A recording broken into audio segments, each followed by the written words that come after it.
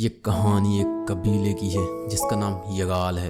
ये लोग बर्फ से ढके पहाड़ों में रहते हैं। इनका जीवन सिर्फ एक चीज पर टिका है, शिकार। ये लोग मानक का शिकार करते हैं जो बहुत बड़े जंगली हाथी होते हैं।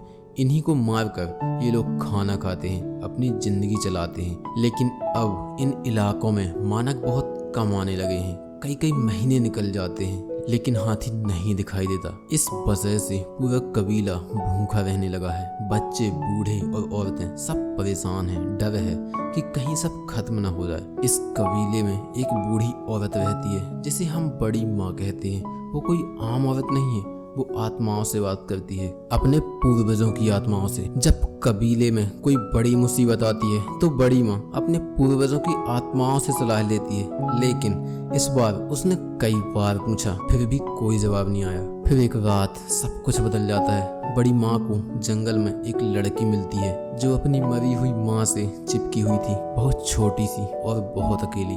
बड़ी माँ उस लड़की को देखकर कहती है, ये लड़की कोई साधारण बच्ची नहीं है, ये एक संदेश लेकर आई है, एक चेतावनी। वो बताती है कि जल्द ही 4 पैरों वाले राक्षस आएंगे जो हमारी दुनिया को उजाड़ देंगे, और ये सब तब होगा जब हम अंतिम शिकार पर निकलेंगे। लेकिन फिर वो कहती हैं, डरने की जरूरत नहीं है, क्योंकि उस समय एक नया योद्धा उठेगा और यह लड़की उसकी पत्नी बनेगी। ये दोनों मिलकर इस कबीले को एक नई दिशा देंगे, एक ऐसी जगह जहाँ कोई भूखा नहीं रहेगा। उस लड़की का नाम एवलेट है, यानी नया जीवन। लेकिन कबीले के डिले नाम के लड़के के लिए वो जीवन से बढ़कर थी। जब वो छोटी थी तभी से उसे चाहता है, और अब एवलेट उसकी पूरी दुनिया है। जब बड़ी माँ ये भविष्यवाणी सुनाती हैं तो डिले के पिता बहुत परेशान हो जाते हैं। बहुत टाइम बीत जाता है लेकिन अंतिम शिकार नहीं आता। वो इस कबीले के सबसे बड़े शिकारी हैं और उनके पास श्वेत भाला है जो सिर्फ लीडर के पास होता है।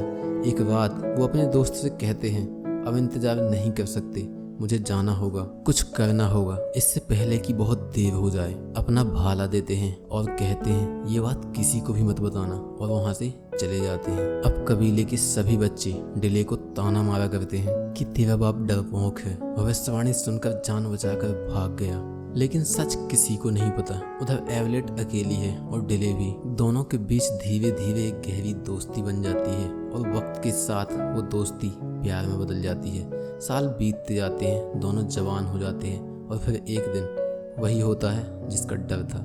मानक यानी विशाल हाथी फिर से इन पहाड़ों में लौट आते हैं। पूरा कबीला समझ जाता है कि अब वक्त है अंतिम शिकार का। पूरे कबीले को बड़ी माँ की भविष्यवाणी याद आ जाती है। अब कबीले के बुजुर्ग लोग फैसला लेते हैं कि जो भी मानक को सबसे पहले मारेगा, एवलेट की शादी उसी से होगी, उसे श्वेत भाला मिलेगा और वो अगला मुखिया बनेगा। जब एवलेट को ये पता चलता है तो वो डिले से कहती है, चलो यहाँ से भाग चलते हैं कहीं दूर जहाँ कोई हमें रोक ना सके, हम अपनी मर्जी से जी सके। लेकिन कबीले में एक और लड़का होता है जिसका नाम करेन है, और वो एक बहुत अच्छा शिकारी है, और वो भी एवलेट से शादी करना चाहता है। अब पूरा कबीला आखिरी शिकार की तैयारी में लग जाता है। सब लोग एक साथ शिकार पर जाते हैं। सब लोग उन हाथियों को डराते हैं और अपने जाल की ओर ले जाते हैं। जैसे ही सभी हाथी निकल जाते हैं, लास्ट हाथी बचता है, उसको वो जाल में फंसा लेते हैं। लेकिन उसकी ताकत इतनी ज्यादा होती है कि वो जाल तोड़कर भाग जाता है। जाल का एक हिस्सा उसके शरीर में कहीं फंस जाता है। सभी लोग जाल पकड़ के उसको गिराने की कोशिश करते हैं, लेकिन उसकी ताकत के आगे सबके सब घुटने टेक देते हैं और जाल को छोड़ देते हैं। लेकिन डिले का हाथ फंस जाता है जाल में, और हाथी घसीटते हुए पहाड़ी की ऊंचाई तक ले जाता है। पहाड़ के ऊपर हाथी के शरीर से जाल निकल जाता है और हाथी डिले पर हमला कर देता है। डिले किसी तरह खुद को बचाता है और एक भाला उठाकर हाथी पर फेंकता है,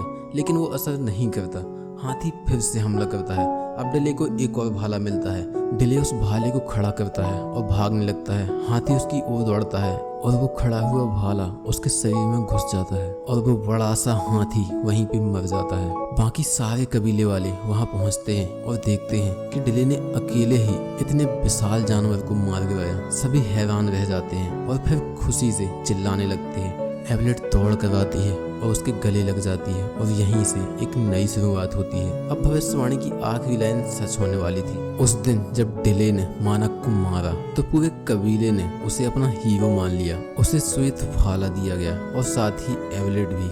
लेकिन डिले का दिल अंदर से बेचैन था। वो जानता था उसने जाल नहीं पकड़ा था, उसका हाथ बस फंस गया था। वो चुप था मगर सच जानता था। कई रातों तक वो इसी बात को लेकर सोचता रहा और फिर एक दिन उसने फैसला लिया। उसने पूरे कबीले के सामने श्वेत भाला वापस लौटा दिया और एवलेट को भी।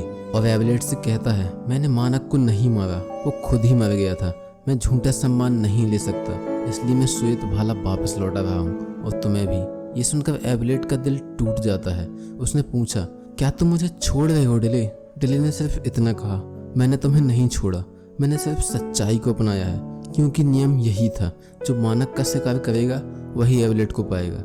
एवलेट चुपचाप वहां से चली जाती है अपने घर की ओर, गुस्से से नहीं बल्कि टूटी हुई उम्मीदों के साथ। इन दोनों का प्यार सच्चा था, लेकिन परंपराओं की जंजीरें उस सच्चाई से भी भारी थी। और उसी रात कुछ अजनबी लोग घोड़े पर सवार भाले और आग के साथ कबीले पर हमला कर देते हैं। चारों ओर चीख पुकार मच जाती है। औरतें, मर्द, बच्चे सब पकड़े जाते हैं। जिन्हें जिंदा बचाया जाता है उन्हें बंदी बना लिया जाता है। डर और धुएं से भरा वो मंजर हर किसी की आंखों में बस जाता है। उन सब लोगों के साथ वो एवलेट को ही बंदी बनाकर ले गए।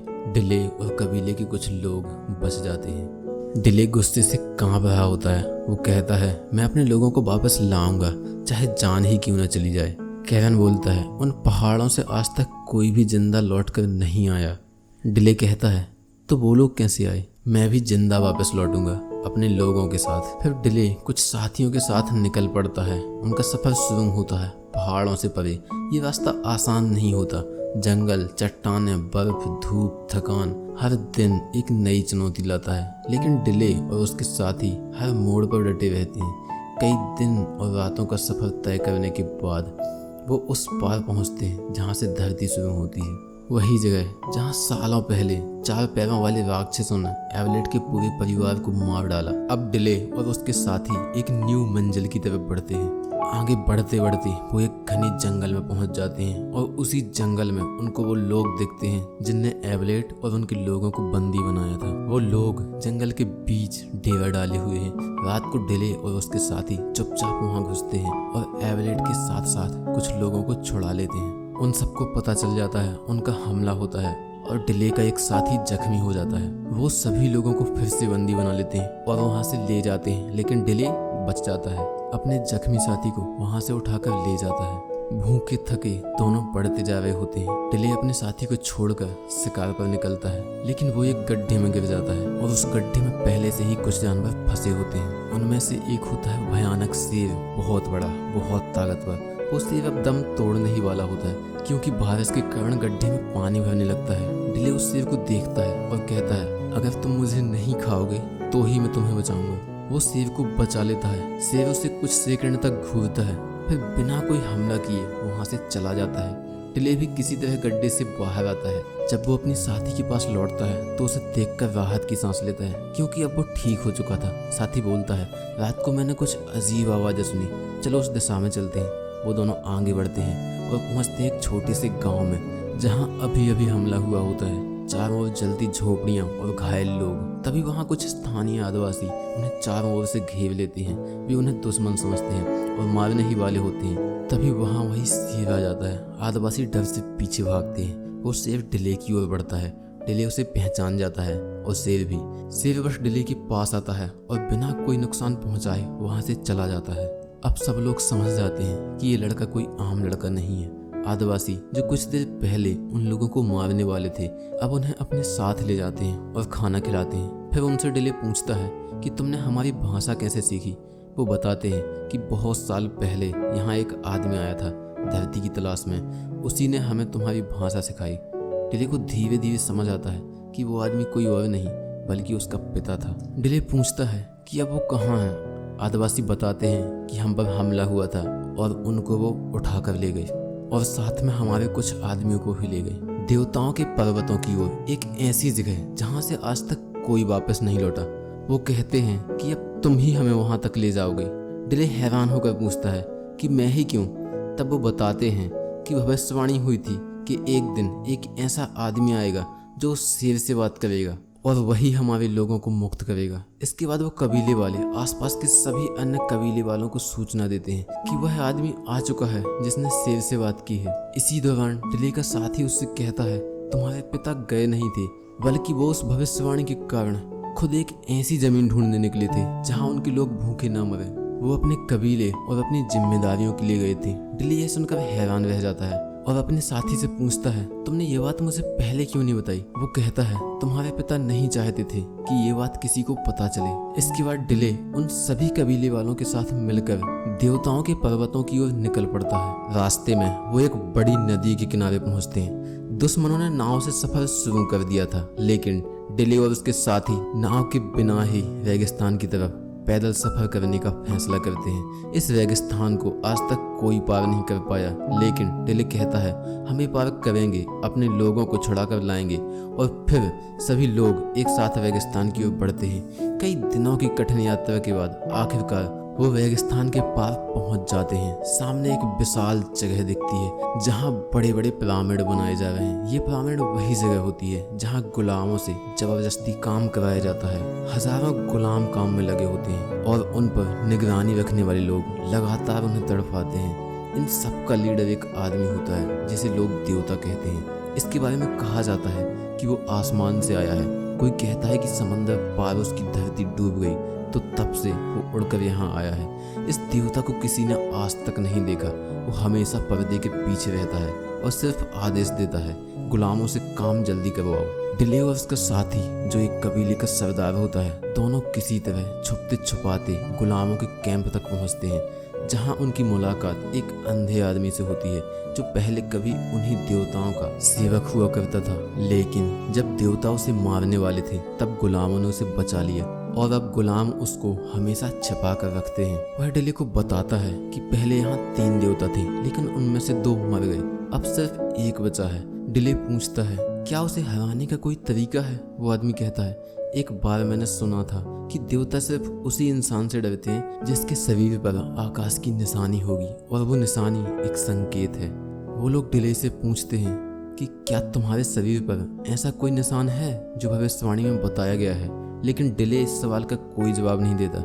इस बीच डिले को यह भी पता चलता है कि उसके पिता अब इस दुनिया में नहीं रहे। इन लोगों ने उन्हें मार डाला।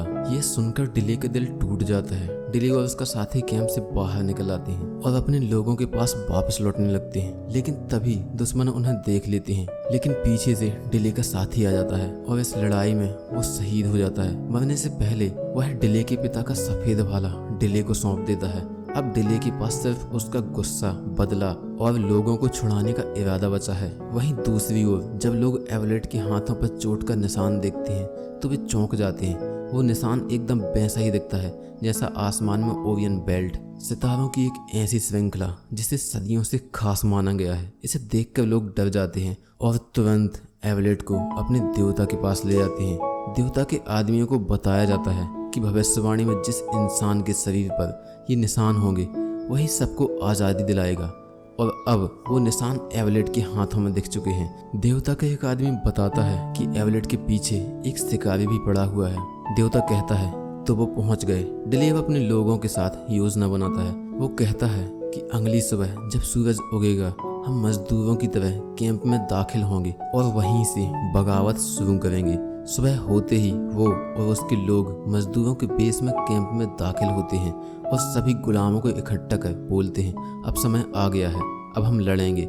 लड़ाई शुरू हो जाती है। हाथियों को नीचे की ओर भगाया जाता है। चारों तरफ अफरा तफरी मच जाती है। देवताओं के आदमियों को डर लगने लगता है। इसी बीच एवलेट को बाहर लाया जाता है। आदेश देता है कि अगर गुलाम आगे बढ़े तो इसे मार दिया जाएगा। डिले और उसके लोग रुक जाते हैं। देवता बाहर आता है और सब लोग उसके आगे झुक जाते हैं। देवता का आदमी ऐलान करता है, जो शिकारी इस औरत को लेने आया है वो इसे लेकर जा सकता है पहाड़ों पर। दरअसल वो लोग डर गए होते हैं क्योंकि उन्हें पता चल गया कि भविष्यवाणी पूरी होने वाली है। डिले कहता है, ठीक है मैं चला जाऊंगा, बट मेरे साथियों का क्या होगा? देवता कहता है, वो गुलाम है और यहीं रहेंगे। इतना सुनते ही डिले भी चुप नहीं रहता। उसके पास वही श्वेत भाला होता है। वो उसे देवता की ओर फेंकता है और भाला सीधा जाकर छाती के आर पार हो जाता है। लोग देखते हैं वो देवता नहीं, एक आम इंसान था और अब वो मर चुका है। इसके बाद युद्ध शुरू होता है। डिले और उसके लोगों की जीत होती है, लेकिन तभी वो आदमी जो गुलामों को लाया था एवलेट को पीछे से तीर मार देता है। वो जमीन पर गिर जाती है। डिले गुस्से में जाकर उस आदमी को मार देता है। डिले ने पहले ही इस सफर में बहुत कुछ खो दिया है, अपने साथी, अपने पिता और अब एवलेट भी। लेकिन कहानी यहाँ खत्म नहीं होती।